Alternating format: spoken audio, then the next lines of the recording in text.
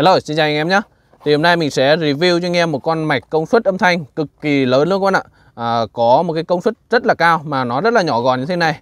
Thì những cái dòng mạch này trước đây mình cũng đã review quản xem rồi. Hôm nay mình có một con có model là XI-S310H này. Về phần công suất của con loa này thì hai cái loa vệ tinh tổng công suất của nó là 440W, mỗi kênh là 220W tối đa này, kèm theo một cổng sub nữa là 350W. Thì tổng công suất của con này nó gần 800W cơ, 790W. Đây là một cái công suất rất là khủng cho một cái mạch như thế này. Con này thì mình lấy trên Shopee, thì link mua hàng mình để trong phần mô tả nhé. Anh em có thể vào đấy xem.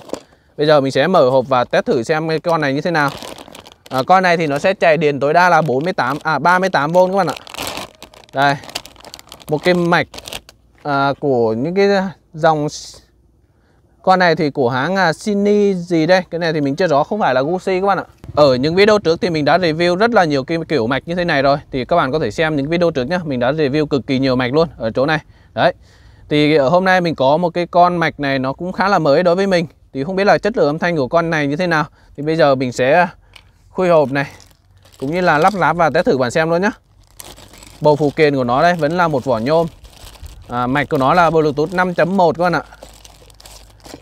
Điện các bạn có thể chạy được DC 12V đến 38V, tối đa là 10A. Con này thì nó của cái hãng Sony này, Sony Audio, không phải của bên Gucci. Đấy. Cái này thì mình sẽ để đây, tí nữa mình sẽ lắp ráp các bạn xem nhá. Đây, mình sẽ cho các bạn xem con chip của nó bên trong này. Ở bên trong thì nó sẽ sử dụng hai con chip như thế này. Thì thông số chip thì mình sẽ để trên màn hình các bạn xem. Chip con này thì có mặt nhôm luôn á. Con này thì hàng chính hãng các bạn ạ. Mình mua thì các bạn để ý nhá, những cái hàng chính hãng thì thường nó sẽ có những cái mặt lưng bằng nhôm này bằng kim loại ấy, thì nó để dẫn nhiệt vào cái tấm nhôm này. Đấy, bây giờ mình sẽ lắp vào và test thử cho các bạn xem là cái công suất của nó như thế nào nhá. Xem là cái sức mạnh khủng khiếp của nó với một cái bình 36V thì nó đánh như thế nào. Ok, thì mình đã lắp ráp xong rồi. Nguyên một cái mạch lắp ráp xong thì nó như thế này. Con này thì nó sẽ có một cái núm chỉnh volume vô cực nhé các bạn. Có nghĩa là xoay không có điểm dừng ấy. Những cái núm chỉnh bên này như kiểu EQ của cục sub này. Đấy. Chỉnh phe của cục sub các kiểu thì nó sẽ phía bên này. Đó. Thì nó là cái phím có cái chiết áp bình thường nhá. Đấy, nguyên một cái chiết áp bình thường. Ở đây thì nó sẽ có một cái phím chỉnh volume vô cực và có một nút nhấn luôn.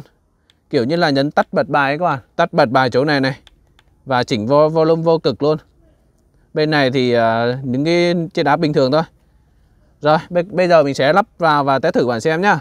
Các bạn có thể mắc điện ở chỗ này này, 12V đến 38V ở bằng cái chấu này thì nó sẽ khỏe hơn, đỡ cái tình trạng mà bị đánh yếu giống như đợt trước mình đã test thử bạn xem ấy. Còn ở chỗ này chính là cổng sub này, hai cổng sub này và hai cái loa vệ tinh hai bên ở chỗ này. Đây rồi anh em ạ. Bây giờ mình ghép nối thử mấy con loa này thôi.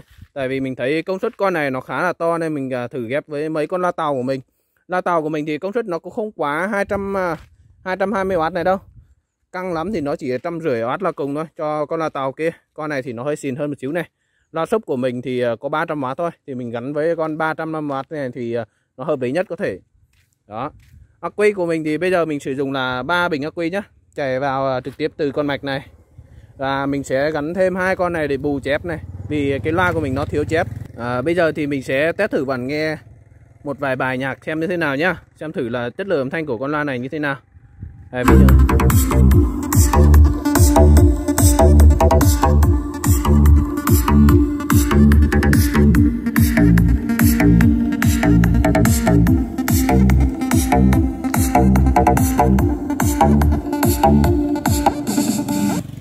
Mình sẽ test lại cái nhạc của mình nhá. Mấy cái nhạc này nó sẽ dính bản quyền nên là mình sẽ test cái nhạc sống của mình.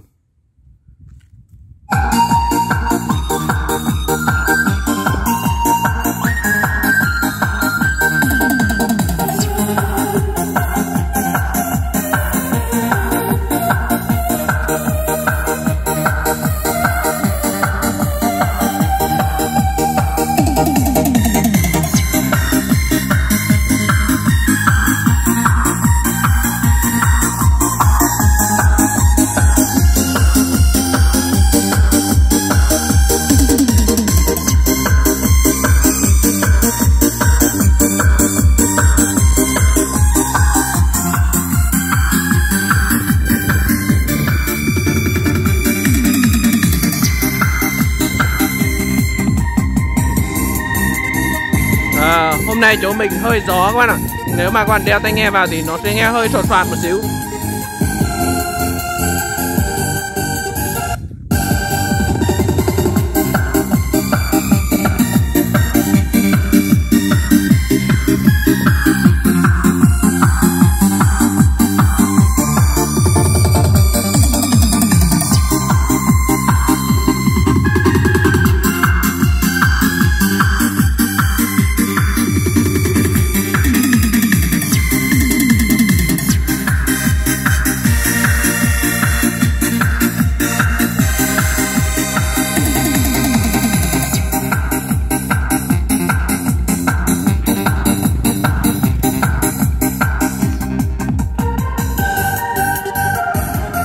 Mình sẽ đi xa hơn một xíu nha, xem mà chất lượng âm thanh có tốt hay không.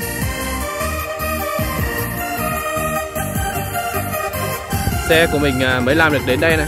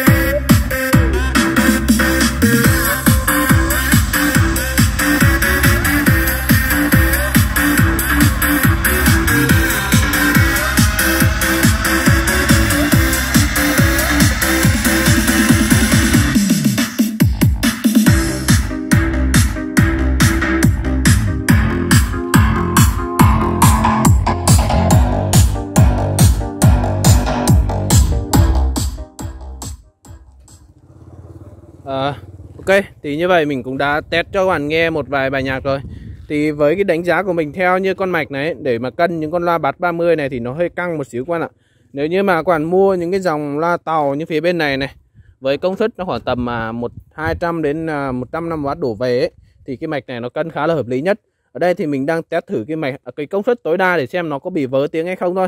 Thì trên thực tế thì mình thấy nó không bị vỡ tiếng các bạn ạ. Cũng như là cái độ ổn định của cái mạch này ấy, thì mình thấy nó khá là ngon lành. Không bị hụt tiếng khi mà nó đập với cái tiếng súp nó lớn này. Con này cái tiếng súp mà khi các bạn vặn hết cỡ ấy, thì nó đập sâu vào thì vẫn không bị hụt nhá. Giống như con mạch đợt trước mình đã test thử bạn xem, mà con mạch gần đây nhất ấy, thì nếu mà tiếng súp mà cái mạch gần đây nhất đánh nó, nếu mà quá mạnh thì nó sẽ bị hụt điện. Nhưng mà ở cái con này thì mình thấy khá là ổn định này. Về cái phần điện áp, mạch đánh thì không nóng lắm này. Quạt thì quay rất là êm nha các bạn. Đây cái quạt nó quay ở chỗ này đây. Đó, không nghe một cái tiếng gì ở chỗ này luôn. Cái này thì phải về phòng yên tĩnh thì mới nghe được. Còn ở ngoài này thì mình đúng không nghe gì và rất là mát con ạ. Không có hiện tượng ấm lên ở chỗ này luôn. Ok, thì cái link mua cái mạch này trên Shopee thì mình để trong phần mô tả nhá. Và các bạn muốn mình trải nghiệm hay là test thử những cái mạch công suất âm thanh nào thì các bạn cứ comment ở bên dưới video. Và đừng quên đã đăng ký kênh Review TV cũng kênh chế đồng hồ mình nhá. Chào các bạn.